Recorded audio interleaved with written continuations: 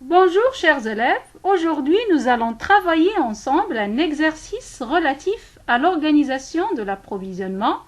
Cet exercice va porter sur les principales questions qui se posent au niveau de l'examen concernant la fonction approvisionnement. L'exercice porte sur la politique d'approvisionnement de l'entreprise marocaine Maghreb Steel. Alors, prenez le temps nécessaire pour lire le document et de répondre aux questions avant de voir la correction.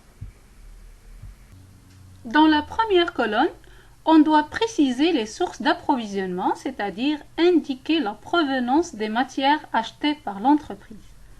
Pour fabriquer ces produits, Maghreb Steel achète essentiellement 3 types de matières. Le brame qui provient des pays européens. Donc, la source d'approvisionnement est dite internationale ou bien étrangère. La deuxième matière achetée est la ferraille. Cette matière est achetée localement auprès de ferrailleurs. Donc, comme réponse, on peut dire que la source d'approvisionnement est nationale, c'est-à-dire locale, comme on peut tout simplement préciser les fournisseurs qui approvisionnent l'entreprise et dans notre cas, il s'agit des ferrailleurs.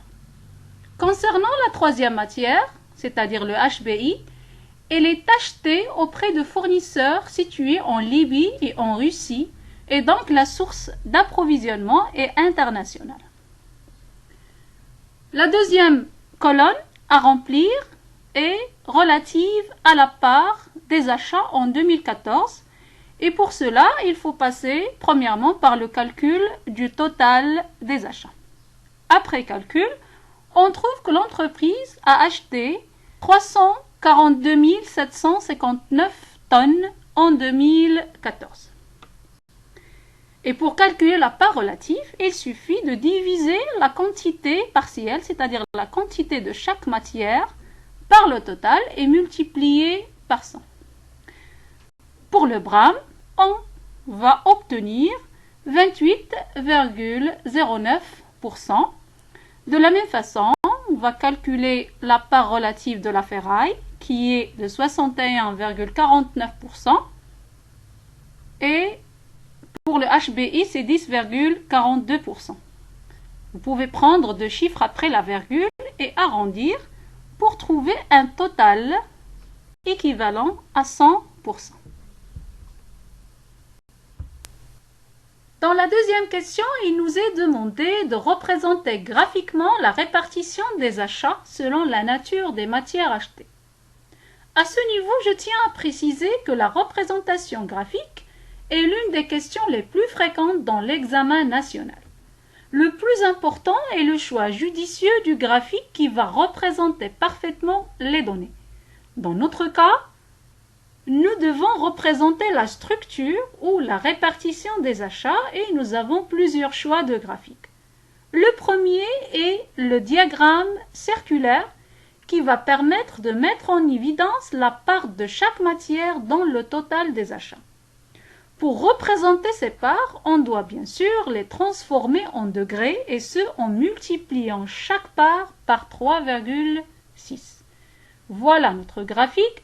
Et on peut aussi opter pour un autre graphique dit diagramme demi-circulaire et dans ce cas, on doit multiplier les pourcentages par 1,8. Maintenant, si vous voulez un graphique plus simple, c'est-à-dire qui ne nécessite pas une étape de calcul, on peut opter pour un graphique dit diagramme à barre. Dans ce graphique, il suffit de représenter les parts en pourcentage sur une barre graduée de 0 à 100%. Donc, dans notre exemple, nous allons représenter 28,09% pour le brame, 61,49% pour la ferraille et finalement 10,42% pour le HPI. Il n'y a pas plus simple que ça. Bon, quel que soit le graphique que vous allez choisir, il ne faut oublier le titre et la légende, car chaque élément du graphique a une note au moment de l'examen national. Dans la troisième question, il nous est demandé de relever un critère de sélection des fournisseurs. Donc après la lecture, on trouve que le seul critère évoqué est le délai de livraison du fournisseur. À titre de rappel, les critères de sélection correspondent aux éléments qui permettent à l'entreprise de choisir le bon fournisseur.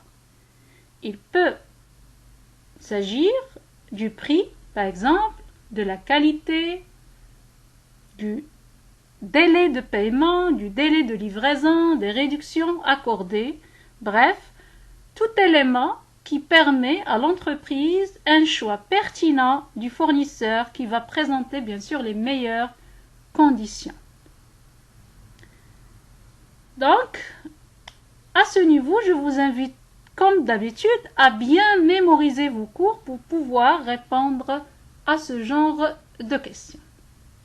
Maintenant, nous allons passer à la quatrième question relative aux avantages et limites de l'achat au niveau national et international. Et c'est une question qui nécessite aussi votre capacité de mémorisation, car la réponse ne figure pas dans le document. Donc, on peut répondre par un tableau, si vous voulez bien organiser votre réponse. Ce tableau va nous permettre de présenter les avantages et les limites de l'achat au niveau national et au niveau international. On peut citer par exemple que l'achat au niveau national permet à l'entreprise une réduction des coûts de transport, une réduction des délais de livraison ou autre. Comme limite, on peut dire la non-disponibilité des matières au niveau local ou bien tout simplement le choix limité des matières et fournitures au niveau local.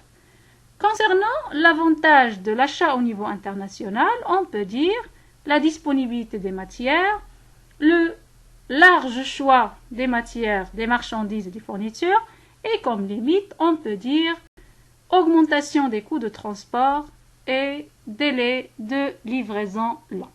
Bien sûr, une seule réponse est demandée, c'est-à-dire un avantage, une limite pour chaque type d'achat. Dans la cinquième question, on doit présenter l'intérêt de la diversification des sources d'approvisionnement, c'est-à-dire préciser pourquoi une entreprise doit acheter auprès de plusieurs fournisseurs. Eh bien, tout simplement, la diversification des sources d'approvisionnement permet à l'entreprise de créer de la concurrence entre les fournisseurs pour bénéficier des meilleures conditions comme la qualité, des réductions de coûts, etc. Il permet aussi de faire face à la défaillance d'un fournisseur, c'est-à-dire si un fournisseur ne dispose pas des matières demandées, un autre fournisseur est là, disponible pour satisfaire les besoins de l'entreprise. Voilà, donc on peut citer ces deux éléments de réponse, c'est suffisant.